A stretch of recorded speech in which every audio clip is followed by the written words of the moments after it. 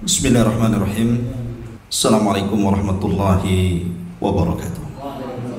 Bihamdillahi wassalatu wassalamu ala rasulillah wa ala alihi wa sahbihi wa mawalah wa la hawla wa la quwata illa billahi wa ba'du.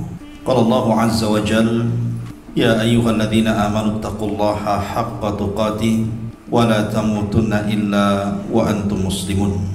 Wa qala sallallahu alaihi wasallam, man salaka tariqan yaltamisu fihi ilma sahharallahu bihi tariqan ilal jannah, amma ba'du. Baik, kita lanjutkan kajian tafsir kita dan kita masuk pada surah atau juga dikenal dengan suratul Masad atau dikenal dengan suratul Tabbat. Surah ini membicarakan tentang keluarga yang sangat dan teramat sangat jahat, Abu Lahab dan istrinya Arwa bintu Harbin, atau kunyahnya disebut dengan Ummu Jamil. Allah Subhanahu wa taala berfirman, tabbat yada abi lahabi wa tab ma aghna anhu maluhu wa ma kasab sayasla naran dhata lahab wa imra'atuhu hammalatal hatab fi jidha hablum min masad. Sebelum saya jelaskan tentang tafsir daripada ayat suratul Masad kalimat per kalimat, sebagaimana biasa kita akan menjelaskan tentang asbab dari turun suratul Masad ini. Ketika Nabi SAW turun surah wa anzir ashiratakal aqrabin, dan berilah peringatan kepada keluarga terdekat Muhammad Muhammad, maka Nabi SAW setelah fajar menyingsing, maka Nabi SAW naik ke atas bukit Safa.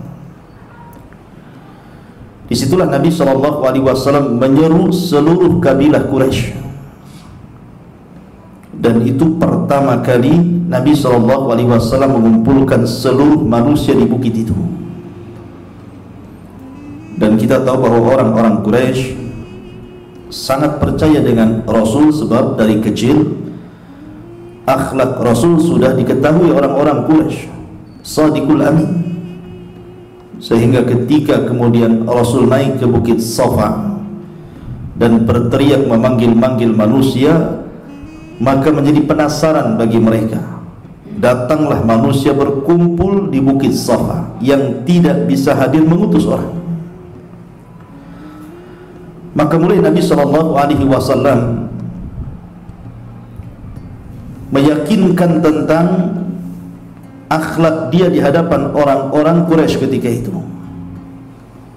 Kata Nabi SAW, ara'aitum, bagaimana pendapat kalian, in kana min wara'i hadzal jabal, kalau di belakang bukit ini diisyaratkan kepada gunung Abi Kubais yang sekarang jadi istana raja, khailun musabbihukum wa masikum, ada tentara kuda yang sangat besar yang akan menyerang kalian di sore dan pagi hari kalian. Kalau saya katakan ini, percaya enggak kalian? Maka serentak orang-orang mengatakan, ma jarabna alaika kadiba, kami tidak pernah melihat ada kedustaan pada dalam lisanmu. Artinya dari sampai sini mereka masih yakin dengan Rasul, percaya dengan Rasul. Ketika Nabi SAW mulai mengajak manusia ke dalam tauhid dan mengatakan, ya ayyuhan nas, qulu la ilaha illallah tuflihu. Dalam riwayat, qulu la ilaha illallah tamliku bainal arabi wal a'jam. Wahai manusia, katakanlah bahwa tidak ada sesembahan yang berhak disembah kecuali Allah, maka kalian akan selamat. Bahkan kalian akan menguasai bangsa Arab secara keseluruhan, bahkan bangsa non-Arab. Ketika di tengah-tengah Nabi SAW mendakwahkan dakwah tauhid, rupanya di tengah-tengah orang-orang Quraisy itu ada pamannya, Abu Lahab. Tiba-tiba dia berteriak dan mengatakan, tabban laka ya Muhammad sa'iral yawm, celaka wahai engkau Muhammad seluruh hari ini. Alihada jama'tana, oh untuk ini kau kumpulkan kami semua. Kemudian mulailah Abu Lahab mencaci maki Nabi sallallahu alaihi wasallam di hadapan manusia. Tentu Nabi sallallahu alaihi wasallam memiliki akhlak yang baik. Laqad kana lakum fi Rasulillahi uswatun hasanah wa innaka la'ala khuluqin 'adzim. Kalau Nabi sallallahu alaihi wasallam tidak mau membantah orang yang mencacinya, apalagi pamannya, maka Nabi hanya bisa diam saja. Akan tetapi bagaimanapun, man 'ada li waliyan faqad adzantuhu biharbin, barang siapa yang musuh waliku, kata Allah, maka dia telah mengumandangkan perang bersamaku. Allah tidak tinggal diam, karena innallaha yudafi'u 'anil ladzina amanu, Allah akan berusaha menolong orang-orang yang beriman. Maka Allah turunkan Jibril. Ketika itu turun Jibril kepada Nabi SAW. Kemudian Jibril membacakan ayat suratul Masad di telinga Rasul, dan diperintahkan Rasul untuk membaca ayat ini di tengah-tengah manusia. Tiba-tiba Nabi SAW, setelah Abu Lahab diam, kata Nabi SAW, a'udzu billahi minasyaitonir rajim, tabbat yada abi lahab wa tab. Tabbat yada abi lahab wa tab. Tabbat artinya kecelakaan, kerugian. Yada seluruh amalan Abi Lahab. Karena amal itu dalam bahasa Arab diibaratkan tangan, karena yang banyak beramal itu kan tangan.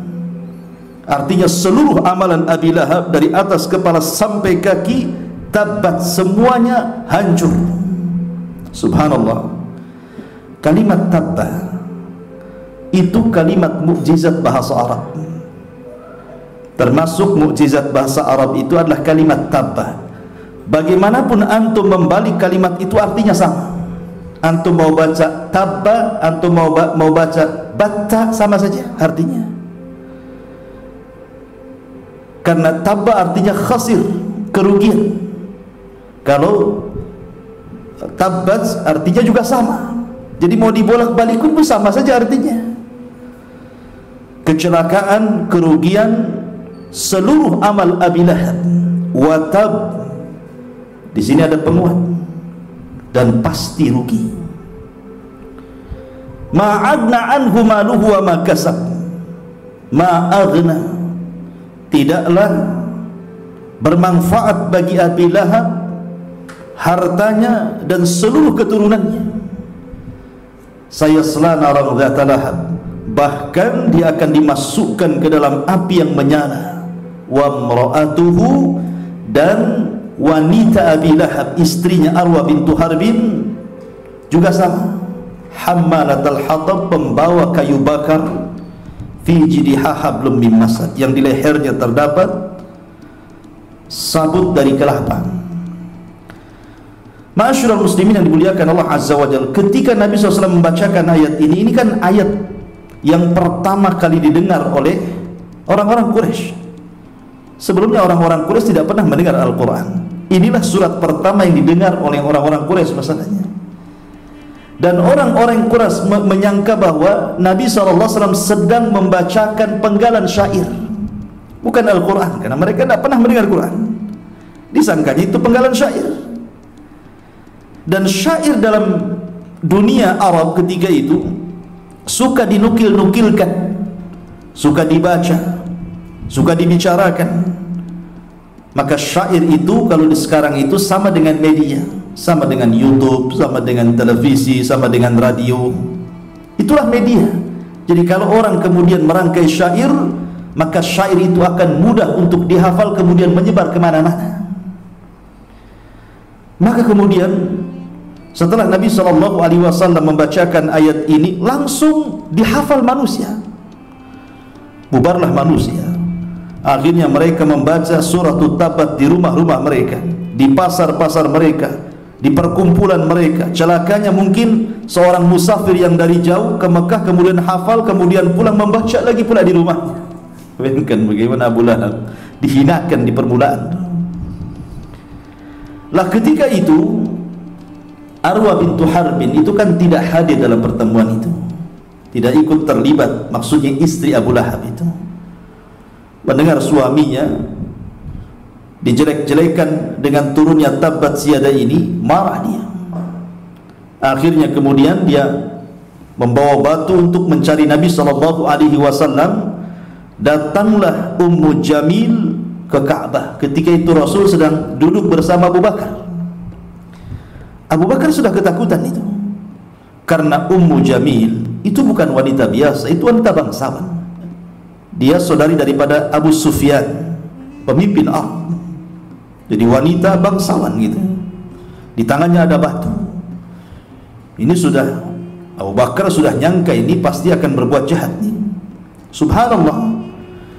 Ketika Nabi SAW tepat berada di hadapan Ummu Jamil ini, istri daripada Abu Lahab, Allah butakan matanya. Ummu Jamil tidak melihat Rasul, yang dilihat Abu Bakar di sampingnya saja. Kemudian Ummu Jamil mengatakan kepada Abu Bakar, "Aina sahibu?" Wahai Abu Bakar, di mana tu kawanmu? Maksudnya Muhammad. Abu Bakar bingung, ada di sampingnya. Ya. Tapi Nabi SAW hanya mengisyaratkan saja. Kemudian Abu Bakar mengatakan, "Untuk apa kau cari Muhammad SAW?" Maka Ummu Jamil mengatakan, "Balaghani annahu yahjuni."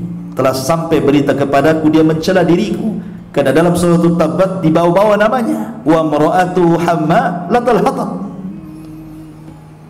Kemudian dia mengatakan, la in ra'aituhu, kalau aku melihat dia, maksudnya Muhammad itu, la aqamnahu bihadal fihrifa, aku akan lempar batu ini untuk menyumpal lisannya, mulutnya. Mau dilempar sama batu mulutnya. Kemudian dia membacakan syair mudhammaman abaina wa amrahu qalaina, dan begitu seterusnya. Kemudian pergi. Abu Lahab, Abu Bakar bingung, kenapa Mujamil tidak melihat Rasul pada di depannya. Maka Nabi SAW mengatakan, "Ya Aba Bakrin a'mallahu basaraha." Wahai Abu Bakar, Allah butakan matanya sehingga dia tidak bisa melihat diriku. Dari sini ma'asyiral muslimin yang dimuliakan Allah Azza wa Jalla, bagaimana awal permulaan Abu Lahab dan cacian Abu Lahab kepada Nabi SAW, dan dia orang yang pertama sebelum ada orang Quraisy yang menentang dakwah Rasul. Subhanallah, Rasul diuji dengan diberi musuh pertama justru pamannya sendiri, bukan orang lain. Dan kita katakan tidak heran kalau Abu Lahab itu mencela Nabi SAW, karena memang permusuhan Abu Lahab kepada Rasul luar biasa. Maka kita akan kenal siapa Abu Lahab ini sebenarnya, dan bagaimana bisa turun ayat ini, dan apa maksud ayat ini kepada Abu Lahab. Abu Lahab itu kunyah. Dalam Islam itu ada al-ismu, ada al-kunyatu, ada al-laqabu.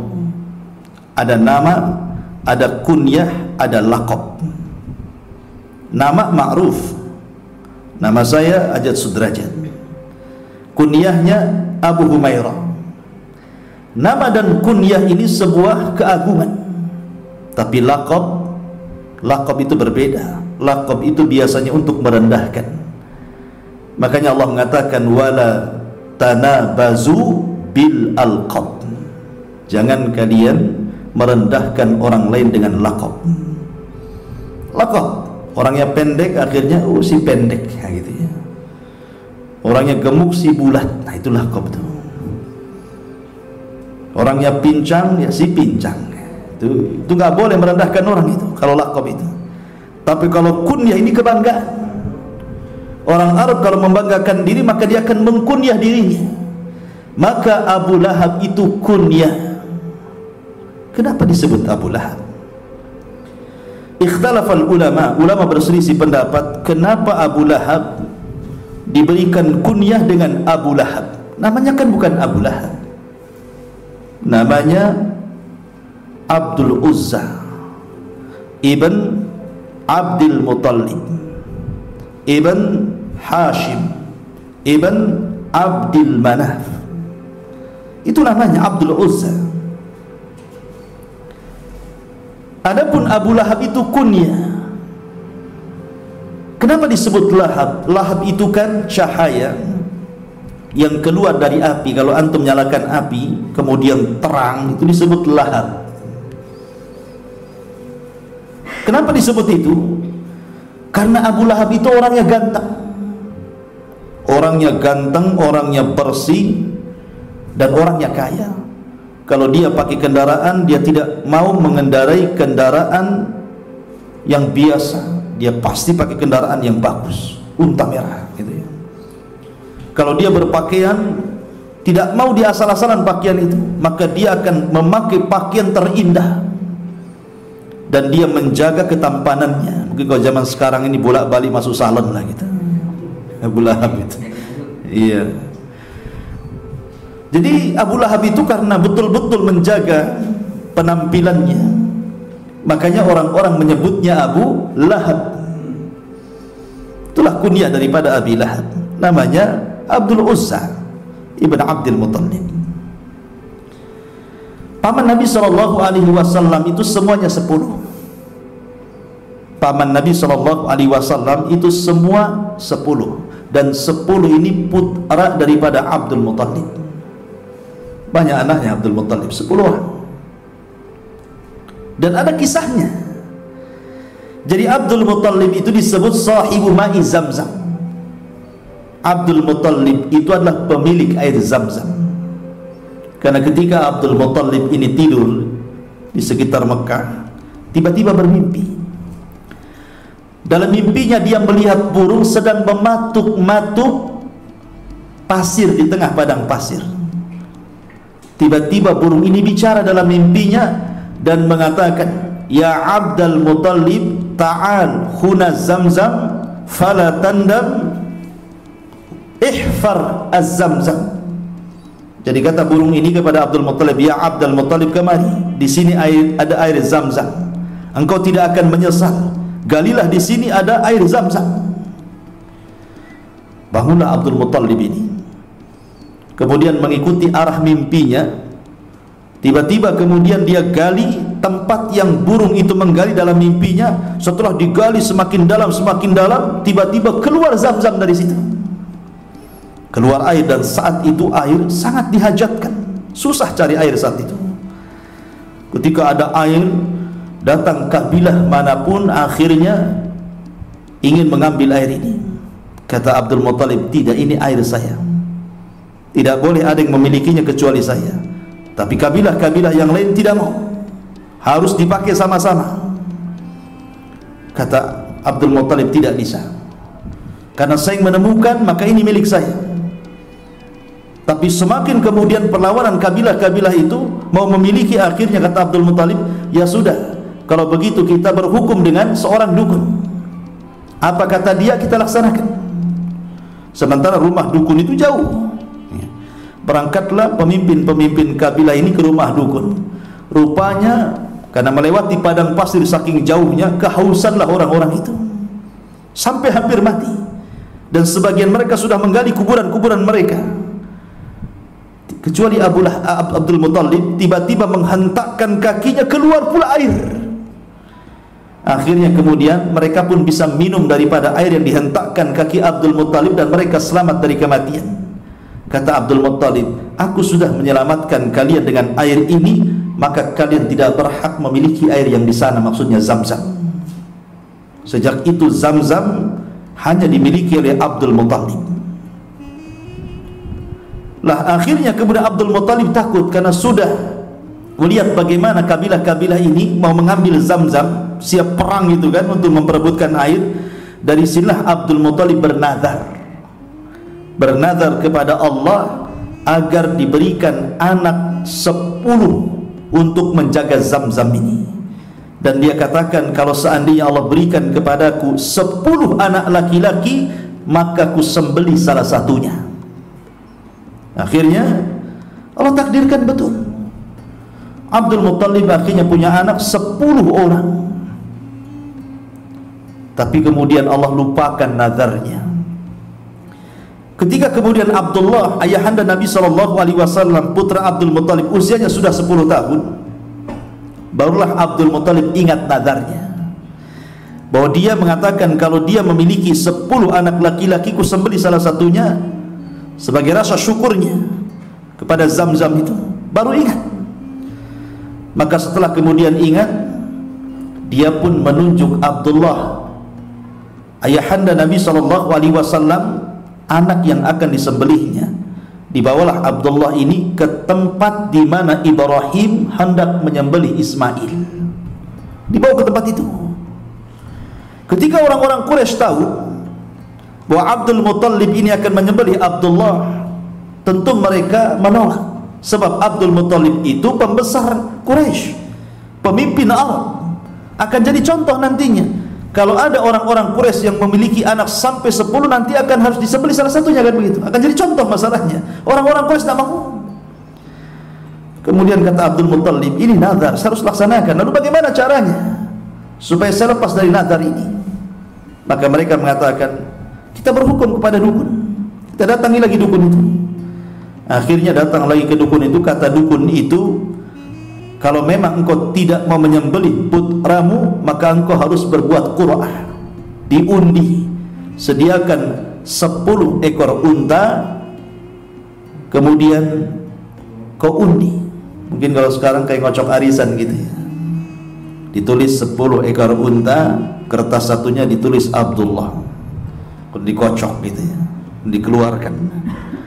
Kalau pas keluar Abdullah, terpaksa disembelih. Kalau yang keluar 10 ekor unta, maka cukup yang disembelih 10 ekor unta ini. Ketika kocokan pertama, Abdullah pula yang keluar, pasang lagi 10 ekor unta. Dikocok lagi, Abdullah lagi yang keluar, pasang lagi 10 ekor unta. Sampai 100 ekor unta, baru keluar unta. Dari situ maka 100 ekor unta disembelih, dan ini pun menjadi diat bagi para pembunuh. Orang kalau yang membunuh, qisas.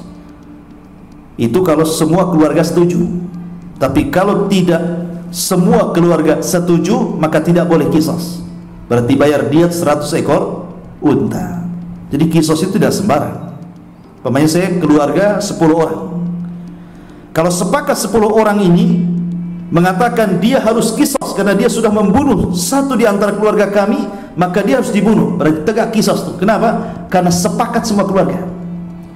Tapi kalau 9 orang sepakat, satu tidak bisa qisas. Berarti harus beralih kepada hukum Islam yang kedua, dari qisas ke diat. Dan diatnya pembunuh itu dia harus membayar 100 ekor unta kepada korban. Nah, ketika sudah disembelih, karena Abdul Muthalib itu kan peternak unta, makanya kalau saya cerita kepada antum cerita Abraha ketika hendak menyerang Ka'bah, Abraha itu kan mencuri untanya Abdul Muthalib kan, 200 ekor unta. Karena memang Abdul Muthalib itu peternak unta, untanya banyak. Jadi kalau unta 100 itu gampang ya, gampang sekali disembelih, karena dia memang peternak unta. Jadi setelah kemudian disembelih 100 ekor unta ini, maka selamatlah Abdullah. Dari sinilah maka Nabi SAW disebut Ibnu Adzabi, anak dari orang tua yang akan disembelih, Abdullah ya. Intinya bahwa Abdul Muthalib itu punya anak 10. Tetapi dari 10 anak ini, yang hidup sampai Nabi diangkat menjadi Nabi dan Rasul cuma 4 saja, yang 6 meninggal. Pertama Abu Lahab, yang kedua Abu Talib, yang ketiga Hamzah, dan yang keempat Abbas. Ini 4 paman yang menyaksikan diangkatnya Nabi menjadi Nabi dan Rasul. Dari 4 pamannya ini terbagi menjadi 3. Ada paman-pamannya Rasul yang masuk Islam, dialah Hamzah dan Abbas. Yang kedua ada pamannya yang tidak masuk Islam, tetapi seluruh hidupnya untuk membela Islam, Abu Thalib. Dan yang ketiga ada pamannya yang sama sekali tidak mau masuk Islam dan justru menjadi penentang Islam. Itulah Abu Lahab yang kita ceritakan di sini. Dia tidak masuk Islam, justru memusuhi Islam, sehingga turun suratul Masad atau suratul Lahab mencela Abu Lahab. Subhanallah ikhwan. Suratul Lahab ini bukan surat yang panjang, bukan seperti Al-Baqarah, Al-Imran, An-Nisa gitu ya. Tapi suratul Lahab ini kan surat pendek sekali, sehingga mudah dihafal. Bukan antum saja, anak-anak antum pun hafal suratul Lahab itu. Artinya ayat ini akan mudah dibaca dan akan senantiasa dibaca, karena Allah tidak selipkan kisahnya di tengah-tengah Al-Baqarah, di tengah-tengah Ali Imran, di tengah-tengah An-Nisa, tidak, tetapi menyendirikan suratul Masad menjadi surat sendiri dalam juz amma, dan termasuk Qisarus Suwar namanya, surat terpendek, sehingga mudah dihafal. Subhanallah ya, setiap hari kita mendengar imam membaca Tabbat Siada, bahkan ini surat favorit antum dalam surat-surat antum, Tabbat Siada. Itu lagi Tabbat Siada, Tabbat. Berarti menunjukkan bahwa Abu Lahab itu dicela setiap hari sejak zaman Rasul sampai hari ini, bahkan sampai kiamat dibangkitkan, karena surat ini akan sering dibaca dibandingkan surat-surat yang lainnya. Abu Lahab, subhanallah ya. Dan kaidah Al-Quran, ikhwan, kata para ulama, siapapun yang dicela dalam Al-Quran pasti akan diakhiri dengan su'ul khatimah. Siapapun yang dicela dalam Al-Quran akan diakhiri kehidupannya su'ul khatimah. Ketika Abu Jahal dicela dalam Al-Quran, ketika turun surat kepada Abu Jahal karena hendak menunjang Rasul saat sujud, Allah subhanahu wa ta'ala berfirman, ara'aita alladhi yanha 'abdan idza shalla, ara'aita in kana 'alal huda. Tidakkah kau lihat seorang hamba yang melarang orang untuk sholat, maksudnya melarang Abu Jahal yang sedang sholat Nabi SAW. Bagaimana kalau dia lebih berpetunjuk dibandingkan dia? Ayat ini kan turun kepada Abu Jahal. Ketika ayat ini mencela Abu Jahal mati su'ul khatimah. Al-Walid ibn Mughirah dicela dalam suratul Mudaththir, di mana Allah subhanahu wa ta'ala mengatakan, dzarni wa man khalaqtu wahida wa ja'altuhu malam mamduda wa banina syuhuda, sampai kepada sauslihi saqar, kami akan masukkan dia ke neraka saqar. Ayat ini turun kepada siapa? Al-Walid ibn Mughirah, dan Al-Walid ibn Mughirah mati su'ul khatimah. Sama dengan ayat ini Abu Lahab, ketika Allah cela tabbat siada abi lahabi watab, sampai mati Abu Lahab tidak dapat hidayah, padahal dia pamannya tuh, ya kan? Ma'asyiral muslimin yang dimuliakan Allah subhanahu wa ta'ala, Abu Lahab namanya adalah Abdul Uzza. Abdul Uzza, Uzza itu patung, kan ada patung-patung yang disembah orang-orang jahiliyah, Lata, Uzza, Manat, Khubal, itu kan patung-patungnya jahiliyah. Lah Uzza itu salah satu patung yang dituhankan. Lah nama Abu Lahab itu adalah Abdul Uzza, artinya nama kesyirikan. Makanya kenapa kemudian setelah suratul Masad turun suratul Ikhlas kan, Qul huwallahu ahad, karena Allah subhanahu wa ta'ala tidak punya Uzza sebagai syarikatnya. Dan Al-Quran sendiri tidak mencantumkan nama aslinya. Allah tidak mengatakan tabbat siada abil Uzza wa tab, haruskan begitu, itu kan nama aslinya. Tapi Al-Quran menyebutkan kunyahnya, tabbat siada abi lahabi wa tab. Kenapa? Sebab Allah tidak mau ada nama kesyirikan dalam Quran. Karena Abdul Uzza nama syirik, hamba Uzza, sementara Allah subhanahu wa ta'ala tidak punya syarikat dengan Uzza. Walam yakun lahu kufuwan ahad. Makanya Allah tidak mau nama kesyirikan ada dalam Quran. Makanya Allah tidak menyebut nama aslinya Tabbat yada Abil Uzza, tetapi Allah ambil kunyahnya Tabbat yada Abil Lahab wa tab. Faedah yang kedua, ketika Allah subhanahu wa ta'ala tidak menyebut namanya, hanya menyebut kunyahnya, cerita Abu Lahab tidak sampai di zaman itu saja, tapi akan datang dan lahir Abu Lahab yang semisal dengan Abu Lahab di zaman itu sampai hari ini, bahkan sampai kiamat dibangkitkan. Abu Lahab bukan satu, Abu Lahab banyak. Yang menentang dakwah Rasul itu akan banyak. Maka siapapun yang menentang dakwah Rasul, kita katakan dia Abu Lahab. Dia Abu Lahab.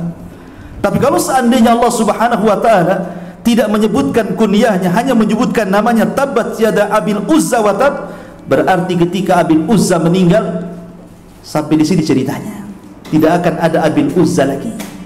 Tapi ketika menyebutkan kunyahnya, maka akan lahir Abu Lahab yang semisal dia sampai hari ini, bahkan sampai kiamat dibangkitkan. Itulah faedahnya. Ma'asyiral muslimin yang dimuliakan Allah azza wa jalla, Abu Lahab ini memiliki istri namanya Arwa bintu Harbin. Arwa bintu Harbin ini sekali lagi dia saudari daripada Abi Sufyan, saudari daripada Abi Sufyan. Abu Sufyan ma'ruf pemimpin Arab, bahkan dia yang memimpin tentara orang-orang musyrik melawan Rasul di mana? Di Uhud, dan menang dia. Rasul kalah. Tetapi kekalahan Nabi SAW bukan aib. Makanya ketika terjadi perdebatan antara Al-Imam Al-Baqillani dengan pemimpin Romawi, pemimpin Nasrani, pemimpin Romawi mengatakan kepada Al-Imam Al-Baqillani, apakah Nabi kalian berperang? Kata Imam Baqillani, ya berperang. Apakah menang dalam peperangan? Ya menang dalam peperangan. Apakah juga kalah? Ya kalah. Bagaimana mungkin Nabi kalah, katanya. Harusnya Nabi itu menang, kan ada mukjizat dia. Kata Al-Baqillani kepada Raja Nasrani mengatakan, lalu bagaimana dengan Isa? Kenapa bisa disalib? Bagaimana mungkin Nabi disalib, katanya. Dibalikkan gitu ya kan? Artinya menang kalah itu watilkal ayyam nudawiluha bainan nas. Hari itu kan berputar, kadang susah, kadang senang, kadang tertawa, kadang menangis, kadang berkumpul, kadang berpisah, kadang menang, kadang kalah. Itu tabiat manusia seperti itu ya, bukan sebuah aib. Nah di sini Abu Sufyan itu pemimpin Arab, orang kaya, tajir. Nah saudarinya namanya Arwa bintu Harbin menikah dengan Abu Lahab, karena Abu Lahab sekali lagi orangnya ganteng ya, orangnya parlente bahasa kita, pakai baju bagus, kendaraan bagus, karena dia kaya masalahnya. Dan di zaman itu orang kaya menikah dengan orang kaya, walaupun berbeda suku kan. Abu Lahab ini dari Bani Abdul Manaf, bukan, sementara Arwa bintu Harbin dari Bani Mahzum, dari kabilahnya Abu Jahal. Tetapi menikah Abu Lahab dengan Arwa bintu Harbin, dan dua-duanya menjadi musuh Nabi SAW, bahkan simbol permusuhan antara syirik dan tauhid, Abu Lahab dan Arwa bintu Harbin. Dan tidak ada satu surat yang khusus membicarakan satu keluarga yang memusuhi Nabi SAW kecuali Abu Lahab. Tabbat yada Abi Lahab wa tab, ila akhiril ayat. Ma'asyiral muslimin yang dimuliakan Allah subhanahu wa ta'ala, bagaimana bentuk permusuhannya? Nabi SAW dikisahkan dalam sebuah hadis. Imam Bukhari meriwayatkan sebuah hadis dari Rabi'ah ibn Ibad. Jadi Rabi'ah ini suatu ketika masa jahiliyah belum masuk Islam. Rabi'ah ini menceritakan Ini suatu ketika dia berada di pasar. Dilihatnya Nabi SAW sedang berdakwah kepada orang-orang pasar. Dalam riwayat, sedang berdakwah di tengah-tengah jemaah haji di musim haji. Nabi SAW berteriak, "Qulu la ilaha illallah, qulu la ilaha illallah, katakan la ilaha illallah, katakan la ilaha illallah, tuflihu, kalian akan selamat." Abu Lahab ini melempari kerikil dari belakang sampai mengenai punggung Rasul, sambil mengatakan, "La tusaddiquhu fa innahu kadzib." Jangan kalian benarkan, ucapannya itu dusta. Maka orang-orang kemudian mengatakan kepada Rabi'ah, "Siapa orang ini dan siapa yang melemparinya?" Maka dia mengatakan, yang satu adalah keponakannya Muhammad, dan yang satu adalah pamannya yang melemparinya, dan mengatakan, "Jangan kau benarkan karena dia dusta."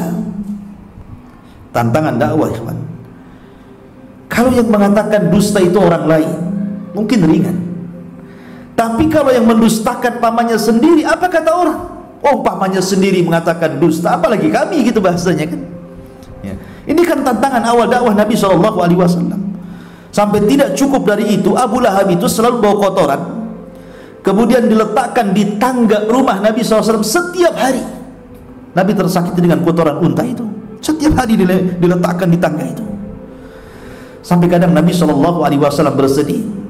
Sampai suatu ketika dia berteriak dan mengatakan, "Apakah tetangga yang seperti ini yang berlaku kebaikan kepada tetangganya?" Karena di zaman itu manusia suka menghormati tetangga walaupun jahiliyah.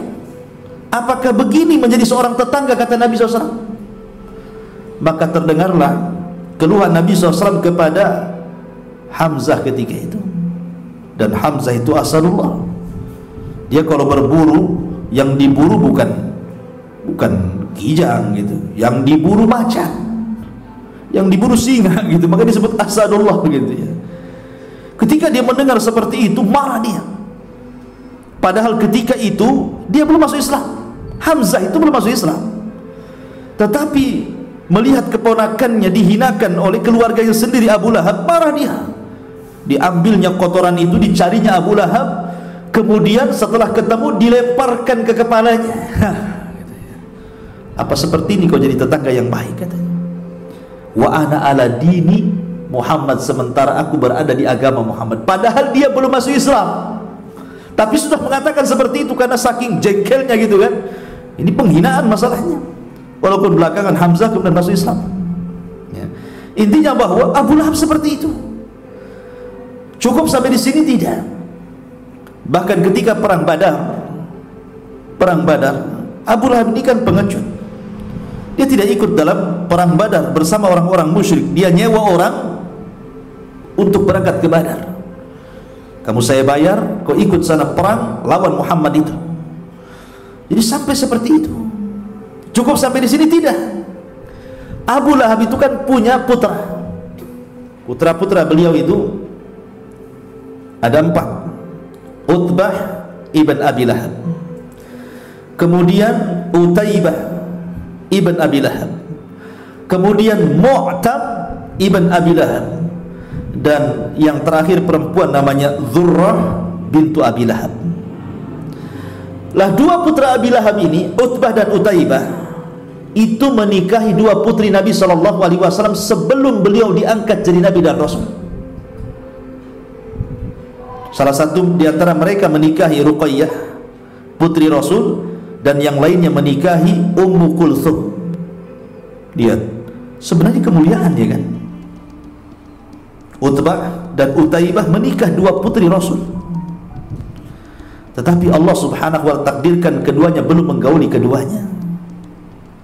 Hanya dinikahkan, kemudian keduanya safar ke Syam dalam rangka untuk berniaga. Lah ketika mereka berada di Syam, Utbah dan Utaibah ini, disitulah Nabi SAW diangkat menjadi Nabi dan Rasul. Mereka tidak tahu. Sepulangnya mereka, tiba-tiba keduanya sudah melihat permusuhan ayahnya dengan Nabi SAW. Maka datang saja, keduanya duduk di kursi, maka Arwah bintu Harbin, istri Abu Lahab, mengatakan, "Ra'si wa ra'sukum haram. Kepalaku dan kepala kalian berdua haram jika di rumah ini masih ada Ruqayyah dan Ummu Kulthum. Ceraikan keduanya. Untuk menyakiti Rasul. Maka akhirnya kemudian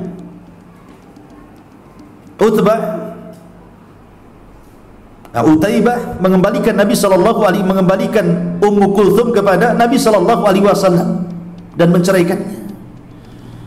Tapi Utbah ini dia agak sangar sedikit. Dia ingin menunjukkan supaya bangga di hadapan bapaknya. Dia datang kepada Nabi SAW dan mengatakan, "Ya Muhammad, aku ceraikan putrimu." Setelah itu kemudian dia meludahi Rasul dari jarak dekat. Tapi ludah itu tidak kena. Meludahi seorang Nabi, ikhwan, ini sebuah jarimah, kriminal. Maka Nabi SAW murka, kemudian berdoa kepada Allah, "Allahumma sallit alaika kalbun min kilabik." Ya Allah, utus kepada orang ini anjing dari anjing-anjingmu, kata Rasul. Oh, bayangkan, Nabi kalau sudah berdoa mustajab. Pulanglah Utbah ini bercerita kepada ayahnya bahwa dia didoakan oleh Nabi SAW bahwa Allahumma sallit alaihi kalbun min kilabi. Ya Allah, utuslah kepada orang ini anjing dari anjing-anjingmu.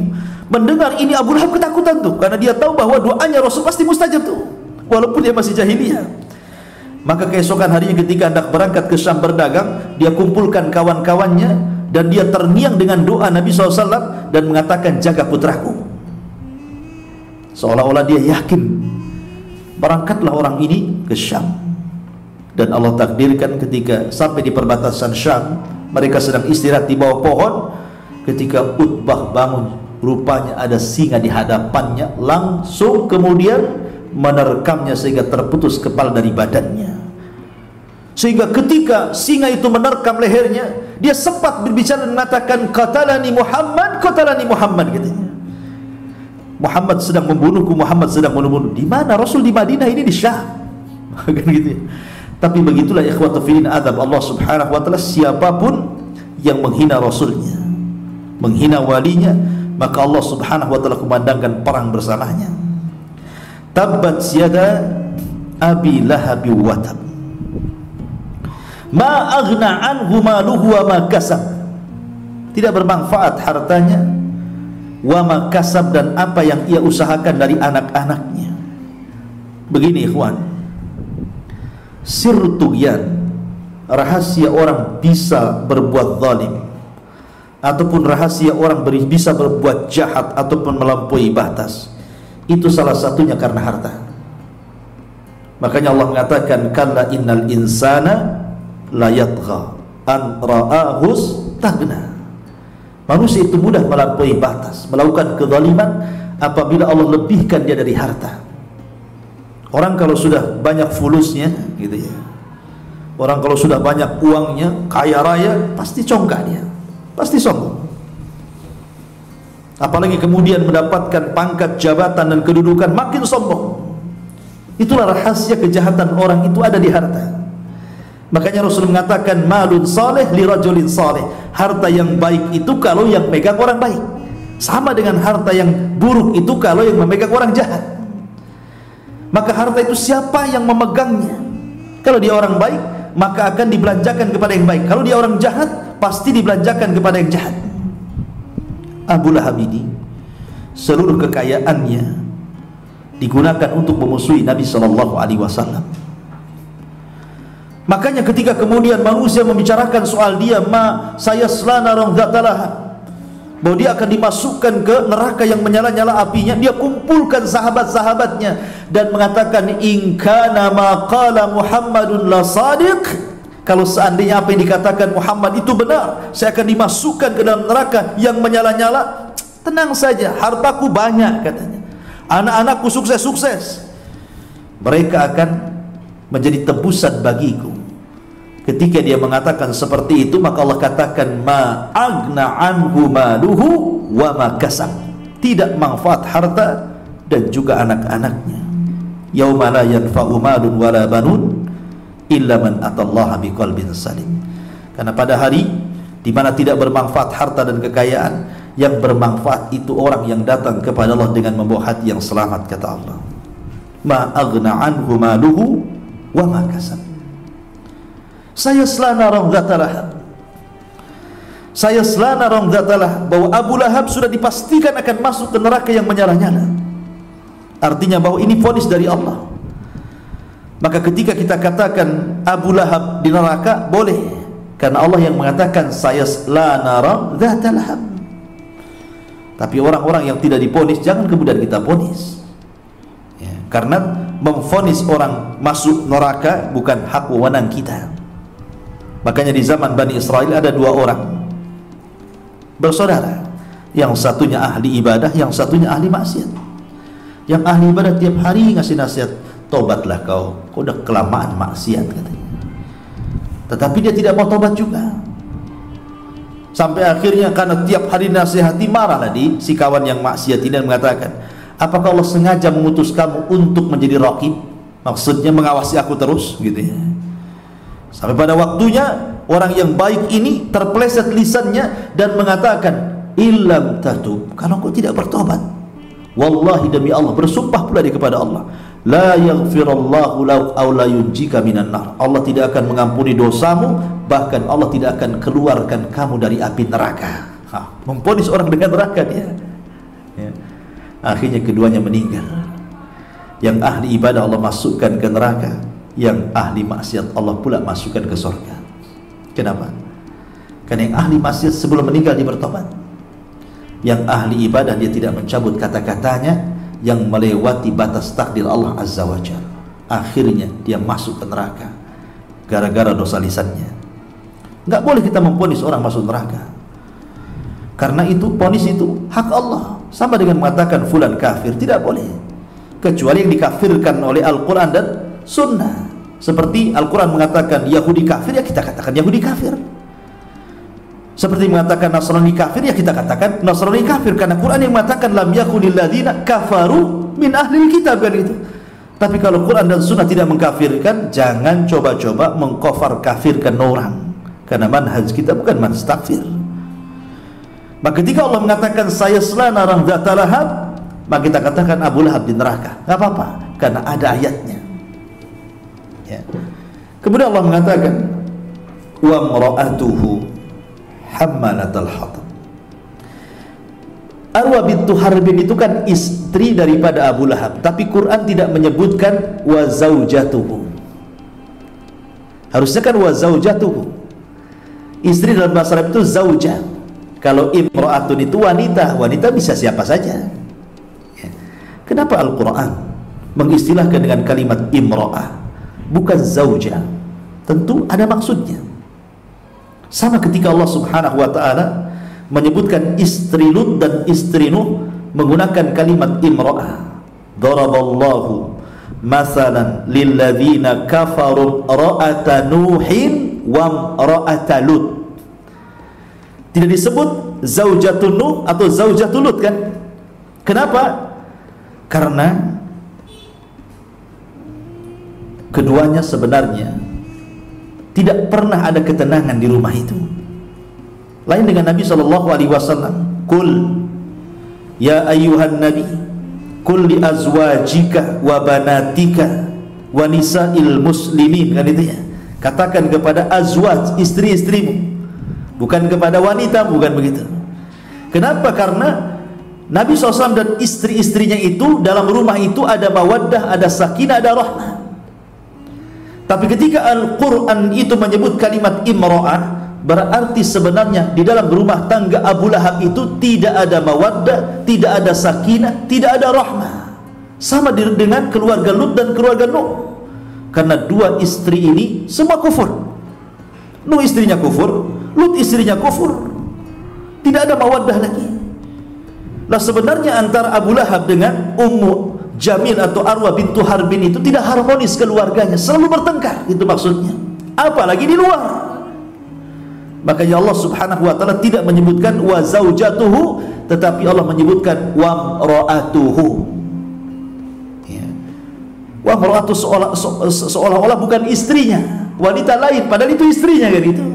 menunjukkan bahwa sebenarnya keluarga Abu Lahab itu tidak ada ketenangan di dalam rumah itu. Mereka ribut terus. Karena kalau keluarga ikhwan sudah tidak beres, pasti persoalan di luar tidak akan beres. Coba antum kalau bertengkar dengan istri antum, pusing antum. Pusing nggak? Atau senang? Jadi lagi.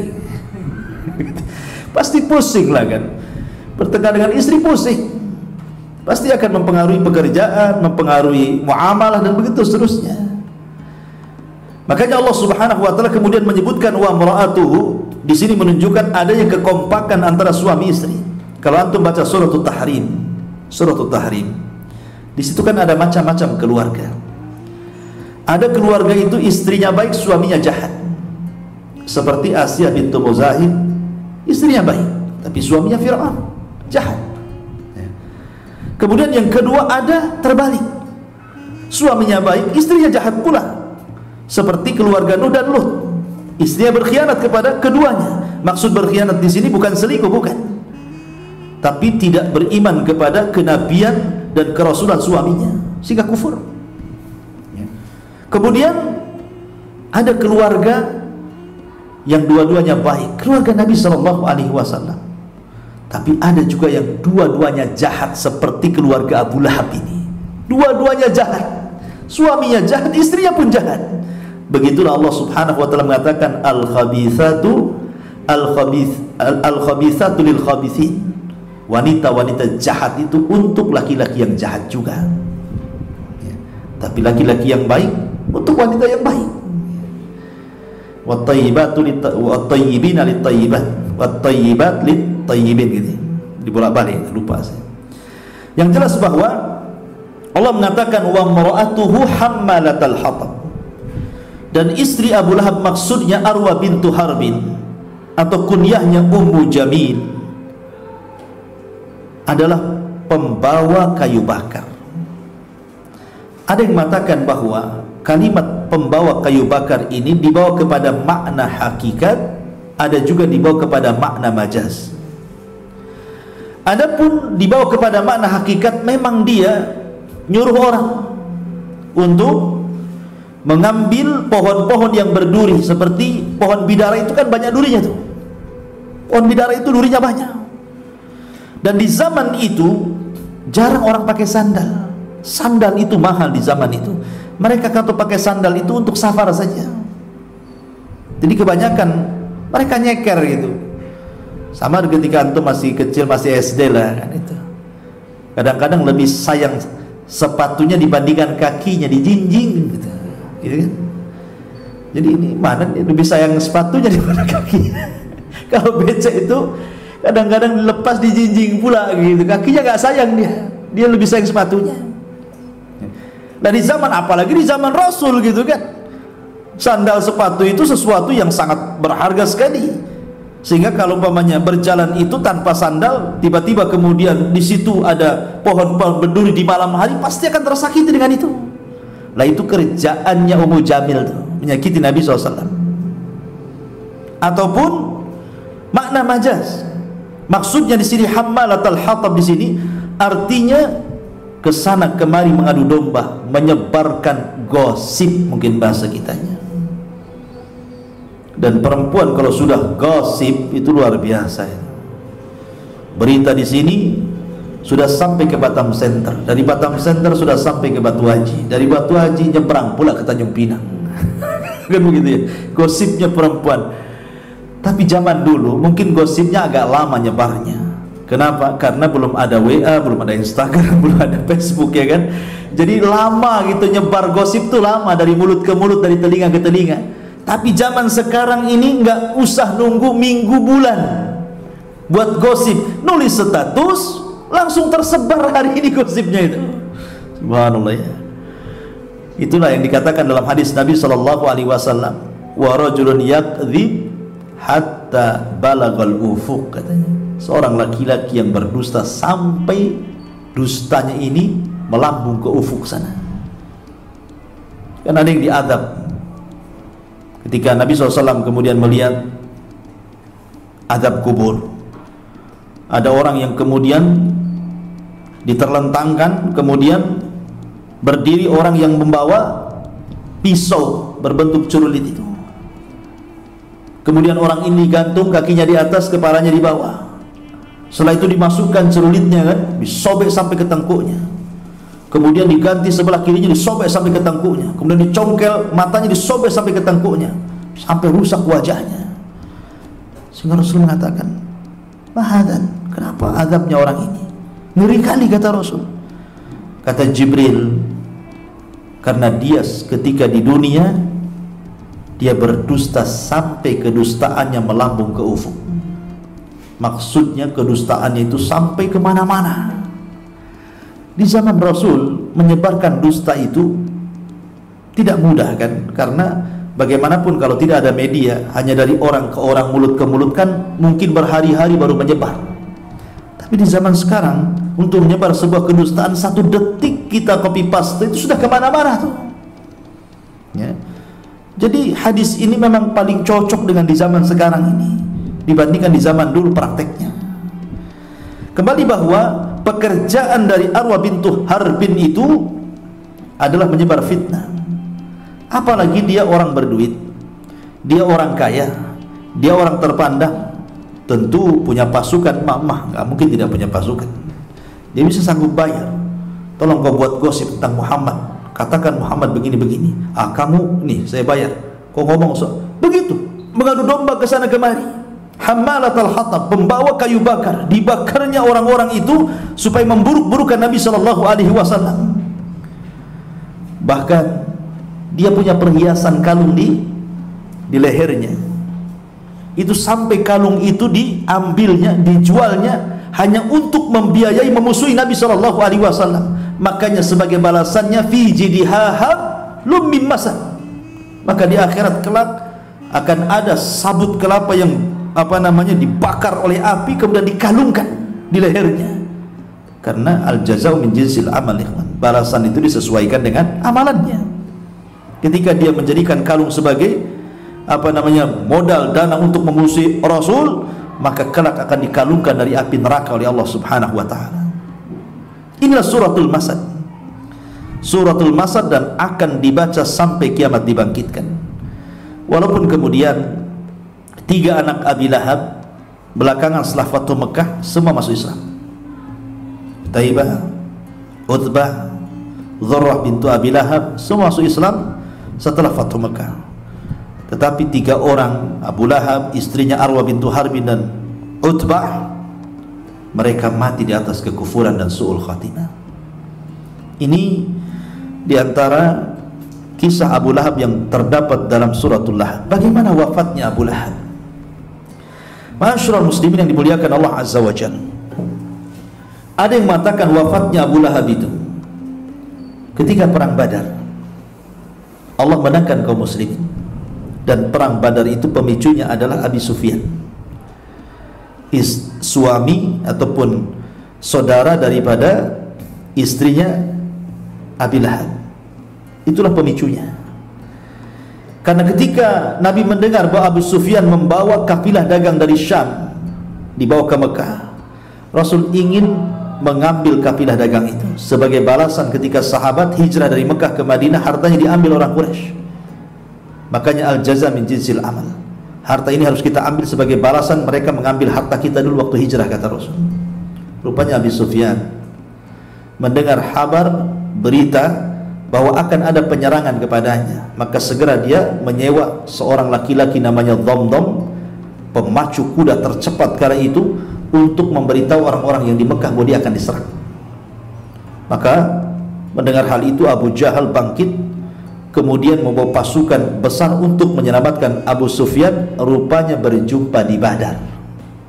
Ketika itu Rasul tidak tahu bahkan akan melawan pasukan sebanyak itu, karena niatnya tidak hendak berperang di Badar, tetapi hendak mengambil hartanya Abu Sufyan. Makanya ketika itu Rasul tidak banyak membawa orang, hanya 300 orang saja, sementara Abu Lahab membawa 1000 lebih. Maka Nabi SAW wajar kalau seandainya di malam hari ketika keesokan harinya terjadi perang Badar, ada kekhawatiran manusiawi, sehingga diberdoa kepada Allah Subhanahu wa taala, intahlik hadil isabah falan tu'bad abada. Ya Allah, kalau kau hancurkan kelompok yang sedikit, kau tidak akan ada yang menyembah lagi. Akhirnya Allah subhanahu wa ta'ala kirim bantuan, 5.000 malaikat turun dipimpin Jibril, dan mereka hanya bisa dilihat oleh orang kafir tetapi tidak bisa dilihat kaum muslimin. Tunggang langgang orang kafir mengalami kekalahan, 70 orang kena tawanan. Salah satu yang berhasil melarikan diri adalah Abu Sufyan. Selamat dia lari ke Mekah.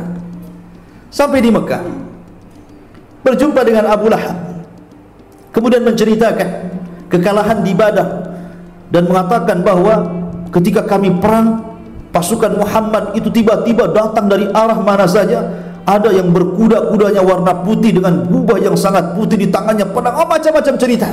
Kami pun dibuat tunggang langgang. Nah, di samping Abu Lahab ini ada budaknya Abbas ibn Abdul Muttalib. Dia masuk Islam tapi menyembunyikan keislamannya. Tapi spontan dia mengatakan, itulah malaikat yang menolong nabinya, katanya. Marah Abu Lahab. Dia ngomong di sampingnya. Ketika dia ngomong di sampingnya, marah Abu Lahab, ditamparnya budaknya Abbas ibn Abdul Muttalib sampai tersungkur. Kemudian dia pergi melapor kepada majikannya. Ketika itu Abbas tidak ada, yang ada istrinya Fadl, Ummu Fadl. Marah Ummu Fadl, budaknya ditempeling sama Abu Lahab. Diambilnya kayu, dicarinya Abu Lahab. Kurang ngajar, budak saya ditampar dia, katanya. Akhirnya setelah ketemu Abu Lahab, dipentung kepalanya sampai berdarah. Ada yang mengatakan sebab lukanya ini yang menjadikan kematiannya. Tapi ada juga yang mengatakan bahwa Abu Lahab terkena penyakit semacam taun, wabah. Ini semacam corona di zaman sekarang mungkin ya. Ketika dia hendak safar berdagang, tiba-tiba kemudian dia melemah di tengah jalan dan meninggal. Jasadnya dibiarkan 3 hari sehingga membusuk. Maka orang-orang mengatakan kepada putra-putranya, kenapa kau tidak urus jenazah bapakmu?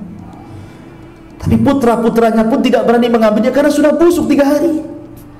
Akhirnya terpaksa dikuburkan dengan cara dirajam, dilempari batu sampai numpuk. Itulah kuburannya. Lihat bagaimana Allah subhanahu wa ta'ala hinakan Abu Lahab dengan kematian su'ul khotimah dan cara penguburan yang luar biasa dihinakan. Sama dengan Abu Rughal.